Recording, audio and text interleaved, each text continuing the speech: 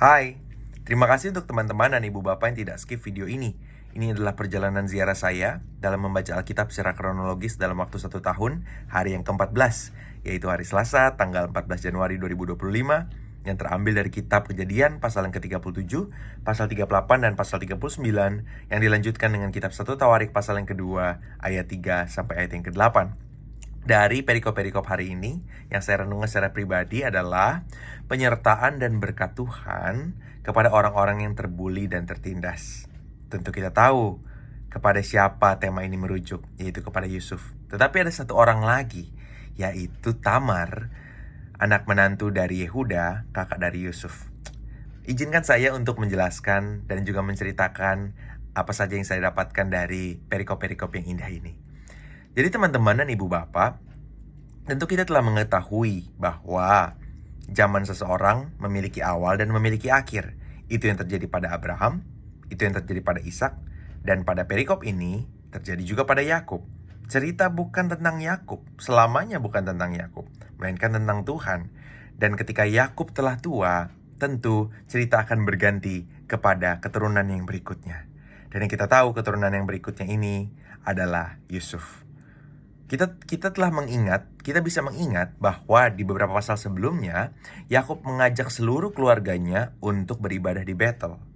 Tetapi ketika kita melihat bahwa di pasal ini Yakub menerima 2 jenis mimpi dari Tuhan, artinya Yakub memelihara kedekatan dengan Tuhan yang diteruskan kepada Yusuf dan tidak kepada anak-anak yang lain.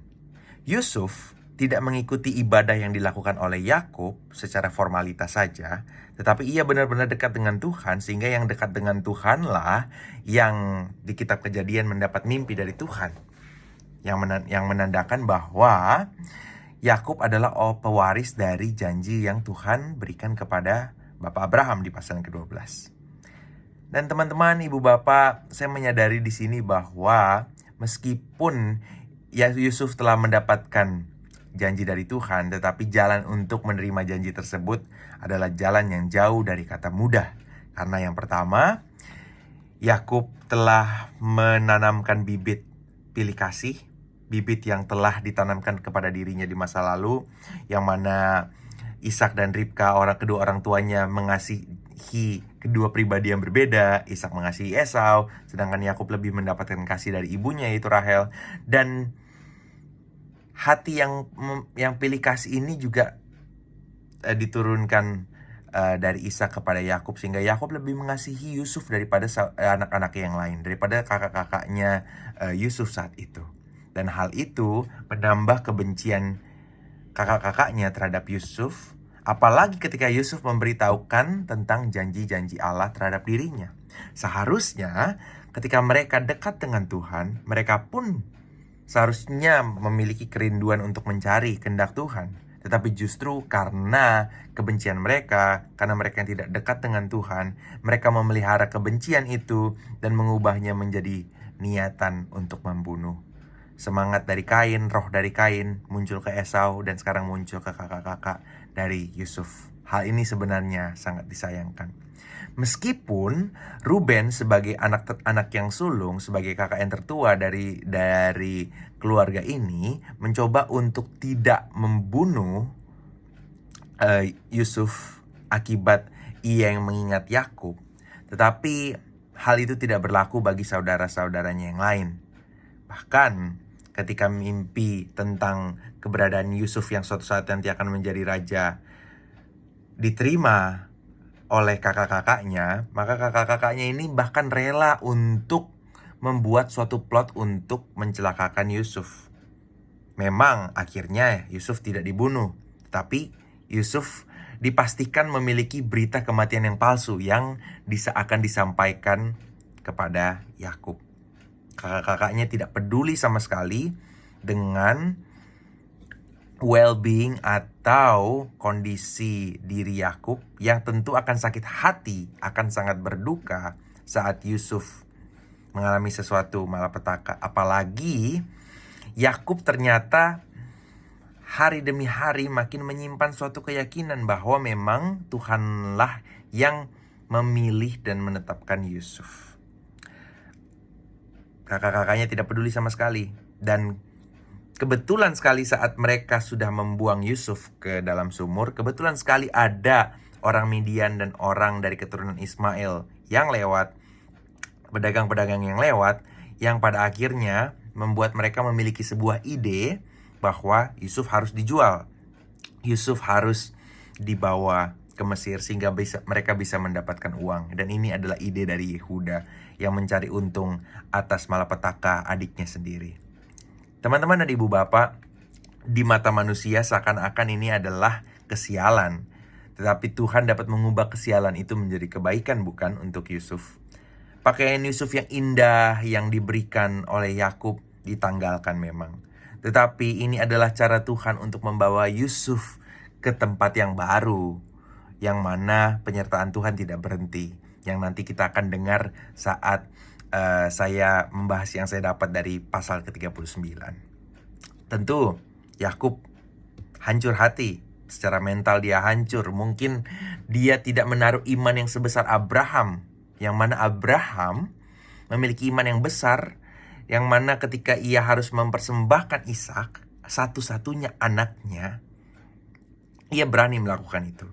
Tetapi berbeda dengan Abraham, Yakub yang seolah-olah telah mendapatkan kabar kematian dari anaknya Yusuf, tidak mau dihibur sama sekali. Berarti ada kemungkinan bahwa Yakub, impiannya, janjinya, imannya ikut terkubur bersama dengan berita kematian dari Yusuf.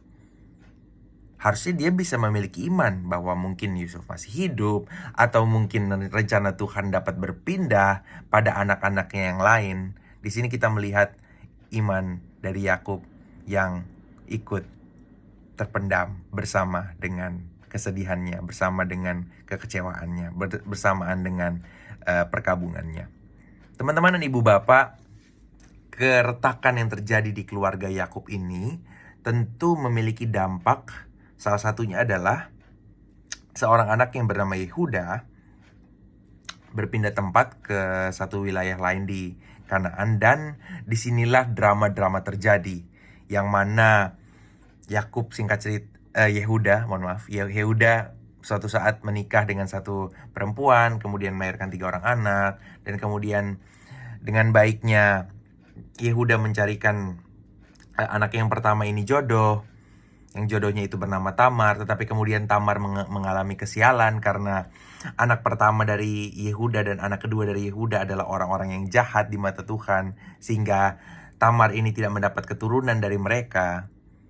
Dan ketika Tamar menunggu anak yang ketiga yang masih kecil, anak yang ketiga dari Yehuda untuk dinikahkan dengan dirinya, ternyata Yehuda tidak menepati janjinya. Bahkan Yehuda, karena hawa nafsunya, karena hatinya yang tidak begitu terpaut pada Tuhan, dia justru malah menghamili anak mantunya sendiri. Suatu tindakan yang kita tahu sangat-sangat tidak terpuji. Bahkan ia menganggap anak mantunya sendiri sebagai seorang perempuan yang tidak benar, yang ia manfaatkan begitu saja dengan tidak bertanggung jawabnya. Nah, hal ini menunjukkan bahwa dalam pasal 38 yang unik ini, sebenarnya Tuhan ingin menyatakan belas kasihan kepada Tamar, kepada si perempuan Kanaan ini.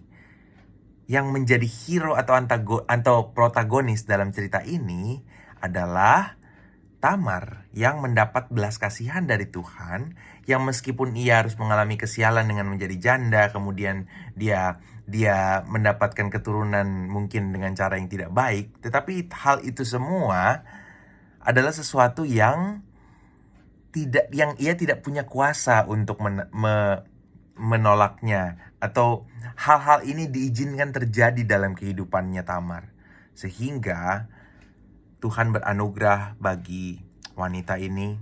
Tamar diberi keturunan oleh Tuhan, anak kembar. Dan bagi kita yang tahu bahwa yang menjadi nenek moyang dari Tuhan Yesus itu bukan Yusuf tetapi Yehuda, kita tahu bahwa pemilihan Yehuda sebagai keberlanjutan dari rencana penyelamatan Allah itu bukan karena kebaikan Yehuda, bukan karena kesucian hati Yehuda, Kita bisa lihat sendiri dari pasal ini. Yehuda tidak melakukan sesuatu hal yang baik. Bahkan di pasal sebelumnya, Yehuda yang memberi ide untuk menjual Yusuf.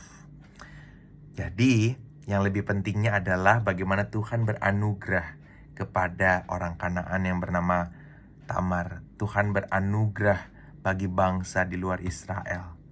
Itulah pesan yang ingin disampaikan di pasal yang ke-38 ini untuk saya secara pribadi.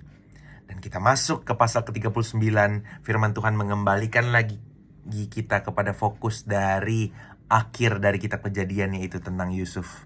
Yang mana kita melihat bahwa ketika Yusuf dekat dengan Tuhan, ketika Tuhan beserta dengan dia, dimanapun tempat dimana Yusuf dibuang, yang mana tempatnya itu adalah Mesir, di tempat paling tidak enak sekalipun, Yusuf bisa membuat semua yang dikerjakan tangannya berhasil. Karena Tuhan memberkati yang dia lakukan. Dan baik Potifar maupun nanti kepala penjara di Mesir sama-sama kecipratan berkat-berkat Tuhan karena kehadiran Yusuf. Sehingga ketika Potifar menerima kabar yang fitnah dari istrinya bahwa Yusuf mencoba melakukan sesuatu hal yang tidak benar terhadap istrinya, sebenarnya Potifar sedang mengambil keputusan yang salah buat dirinya sendiri. Karena ketika Yusuf pergi dan dijebloskan ke dalam penjara, tentu berkat dan penyertaan Tuhan yang berlaku bagi rumah Potifar saat itu tentu akan berpindah, karena Tuhan put his favor on Joseph gitu, kepada Yusuf. Favornya atau restunya, perkenanannya bukan terhadap Potifar, bukan terhadap kepala penjara, tetapi kepada Yusufnya. Tempat di mana Yusuf sentuh menjadi berkat. Dan ketika tempat itu ditinggalkan, ya tentu tempat itu tidak akan menjadi berkat lagi sebagaimana keberadaan Yusuf saat itu. Dan kita melihat bagaimana kedekatan Yusuf dengan Tuhan dibuktikan dengan bagaimana dirinya dapat membedakan apa yang baik dan apa yang tidak baik, apa yang bijak dan apa yang tidak bijak. Dia tahu bagaimana cara menyikapi diri, tetap melakukan segala sesuatu dengan berhasil, tetapi di sisi yang lain ia dapat menghindari hal-hal yang dapat membuat Tuhan sedih. Dia bisa melakukannya bukan karena kuat dan gagah dia, tetapi karena dia berpegang dan melekat kepada Tuhan. Dia bisa terus berkata no, mungkin berapa ratus kali, mungkin saya bayangkan seandainya 1000 kali dia digoda, 1000 kali dia akan berkata tidak, dan 1000 kali dia akan menjaga jarak aman supaya dia tidak tergoda. Dan bahkan ketika godaan terbesar itu datang sampai dia disentuh, apa yang disentuh oleh istri Potifar itu dia langsung tanggalkan. Meskipun hal itu menjadi pertanda simbolis bahwa perannya sebagai kepala rumah Potifar itu harus ditanggalkan demi menjaga kesuciannya, demi menjaga kebenaran Allah. Dia rela posisinya harus berubah lagi oleh karena dia mempertahankan apa yang benar di mata Tuhan. Puji nama Tuhan. Kita belajar sangat kuat pelajaran iman yang kita bisa peroleh dari Yusuf. Dan kita bisa melihat bahwa sebagaimana Abraham, Ishak, dan Yakub, Yusuf menjadi berkat buat orang-orang dari bangsa lain. Abraham dan Ishak kita tahu menjadi berkat buat kerajaan Filistin, buat orang-orang di Filistin, buat orang-orang suku Het. Kita tahu Yakub sempat tinggal di daerah Sikem dan berbagai tempat lainnya. Dan Yusuf memenuhi peran itu sebagai berkat bagi bangsa-bangsa dengan menjadi berkat dari tempat-tempat yang dipercayakan baginya di Mesir. Teman-teman dan ibu bapak, kita akan belajar lebih banyak. Secara khusus, saya akan belajar lebih banyak dari pertengahan, klimaks, dan akhir dari kisah Yusuf. Sekaligus belajar bagaimana Tuhan bekerja menyertainya, bagaimana ia mengaplikasikan kedekatannya dengan Tuhan, bagaimana ia mengaplikasikan hikmat yang ia peroleh berdasarkan kedekatannya dengan Tuhan. Dan ya, saya tidak sabar untuk menunggu besok dan beberapa hari ke depan untuk belajar lebih jauh tentang Yusuf. Itu saja mungkin hal-hal yang saya dapatkan dan yang saya bisa bagikan. Terima kasih dan Tuhan Yesus memberkati.